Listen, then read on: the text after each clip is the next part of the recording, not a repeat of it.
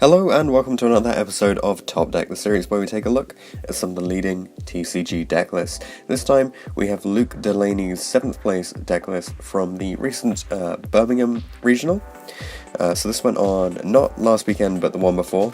We tried to arrange an interview with Luke, but there kept not being a time that managed to suit us both. So what I've got is the deck list itself, the rounds he played, and then I pinged him some questions over Facebook Messenger so I can read out the responses to those as well. So we'll run through the deck quickly and we'll go in the standard order. So we have 3 Snow here, 1 Rex, double Coatless, and 1 Tyranno, triple Solitaire, 1 Spirit Master, double Unizombie, triple Mizuki, 1 Gozuki, 1 Damage Juggler, only a single hat tricker here, 1 Trick Clown, triple Lone Fire, triple Scorpio, 1 Cobra, double Raiden, triple Wolf, 1 Goblinberg, 1 Thousand Blades, 1 Garnet, double Ghost Ogre, triple Ash Blossom, triple Brilliant, triple Charge, double Evo, double Evo, double Gold Suck, triple Left Arm Offering, triple Desires, 1 Soul Charge, 1 Grass, 1 Foolish, and 1 Monster Reborn. For the extra, 1 Seraphonite, 1 Black Rose, 1 Michael, double Omega, 1 Invoker, 1 Minerva, 1 Baguska, 1 Dweller, and 1 Tornado, and then plus the Buchinki Amaterasu for the rank 4s. The Link Monsters, 1 Borrowload, 1 Sayuta, 1 Curious, and 1 Mrs. Radiant to round off the combo set.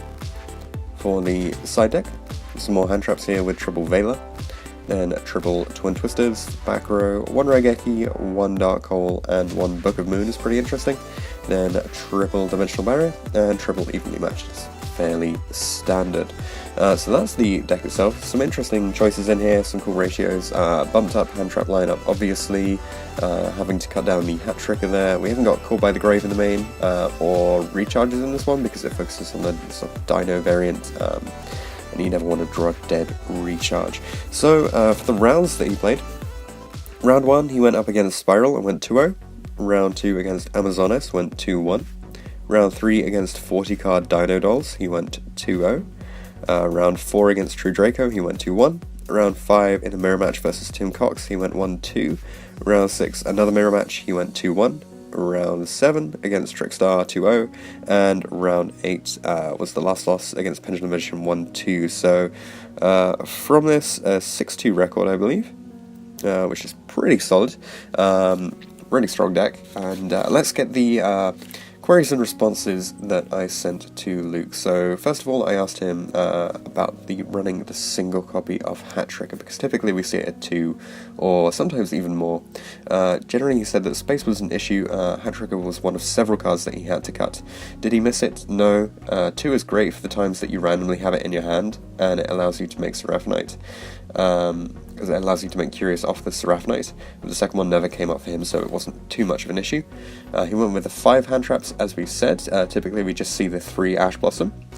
He almost cut Ash itself, but Amaterasu makes all of the hand traps really good because you can add them back following a Banish off Snow or something like that. Ghost Ogre was going to be a 3 off or a 0 off, but he was convinced the night before to play 2, as there will be times when he draws it and it's good, and others when he can mill it and banish it off Snow if he ever needs it, and then add it back with the Amaterasu.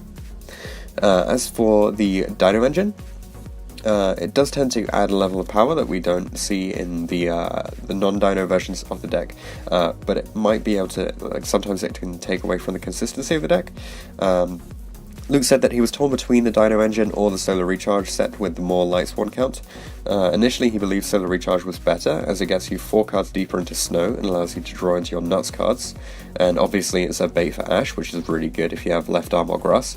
However, the odds of drawing into a recharge with a Lightsworn in your opening 5 or 6 was too low for the times when he wanted it, and drawing Solar Recharge without a Lightsworn is a huge minus. However, the Dinosaurs allow you to have pretty much the same amount of bricks, but Pill allows you to auto-win a lot of games if you mill a Dino, which is really solid, and it opens up a ton of OTKs. Then he didn't side any of the baddish protection that we tend to see, so like Lancia or Chaos Hunters, stuff like that.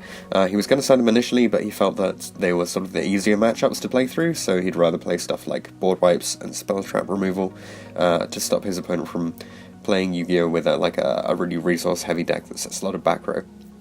Book of Moon is something of an odd choice. We don't tend to see it a lot, but it has great uses. Luke said that in theory it's a really nice card. Playing a single copy means that it's only ever going to be used if it's in his opening hand, as obviously the odds of milling it versus drawing it are favourable. It's a good out to Masterpiece if your opponent goes Trap during your turn and then makes it Trap monster immune, and it's good versus things like Macabre and basically any monster that interacts with your turn, so you can basically flip it and then you're protected from a lot of problems. Plus it prevents your opponent from OTKing so easily, which is really nice as well. Dweller he played in the main. Often we see this as a side deck choice, but I think it's becoming more favourable with the rise of things like True Draco. Luke said that it only came up for him once. He knows that it's greedy to play it within the main, he says he knows it's greedy, but he would have rather played a third copy of Omega or put Scarlight back into the extra deck. If he were to do this, Dweller would be put into the side, so presumably I guess the Book of Moon or something would be taken out from the side there, maybe one of the Veilers actually. We see Sayudra in the main, not super common in the 60 card variants that we've come across on the channel so far if you've been following the series. He said it was only bad for him once throughout the entire tournament because he committed to it and got greedy, and ended up being blown out by a Ciphering Gear Gamma, which is pretty rough. He didn't play around the card because he was under the impression that it was no longer seeing play, so Sayudra was summoned a lot during the day, mainly to dig for Soul Charge after comboing, which is really cool.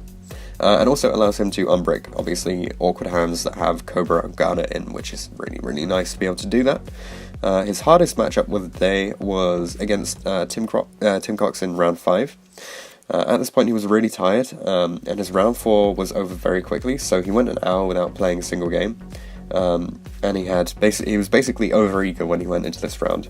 He lost game 1 to the Gamma, so yeah, getting greedy there. Won game 2 because his opponent played Desires and went ham, and he opened Grass, and then obviously you can mill significantly more after your opponent starts playing. As for game 3, he opened Garnet and Cobra and battled through, but unfortunately lost to Snow because Snow is too good of a card. The easiest matchup of the day for Luke, easiest for him was round 3 versus the 40 card Dino Doll variant. His opponent let him go first during game 1 and game 2, so game 1 he opened up Double Omega and Amaterasu, and game 2 he opened up Double Omega, Amaterasu and Dweller, so pretty insane boards there which your opponent can't really push through. Shoutouts from Luke, shoutouts to The Clique, if you know you know. Shoutouts to Luke Bennett and James Toos for piloting their near identical list to 2nd and 3rd place. You did our local group proud. Shout out to Greg Johnston and Jack Borner for lending the cards, and shout outs to everybody at the event for giving him Yu-Gi-Oh! Related support. He loves you all, and it really helps. Thanks for watching this video. Congratulations again, Luke. You did an amazing job with this deck. Really nice to see a 60 card Lightsworn pushing through. I believe that the representation was actually phenomenal for 60 card Lightsworn at the Birmingham Regional. Massive amount of players playing this deck because it just has an insane amount of potential that's afforded to it. Obviously you have to have some level of dedicated skill to be able to achieve consistent turning out of impressive boards, so very, very well done to you. And hopefully we'll see you again in the future. Thanks for watching this episode of Top Deck. If you have any comments or suggestions that you would like to make, leave them in the comment section down below. Check out the description for details of how you can get involved in this series. You can enter by voice interview, or instead you could just send all of your information over Facebook Messenger. Anything like that will be absolutely fine. If you want to see anything in particular from the upcoming series, then be sure to get in touch, and I'll see you guys in the next video.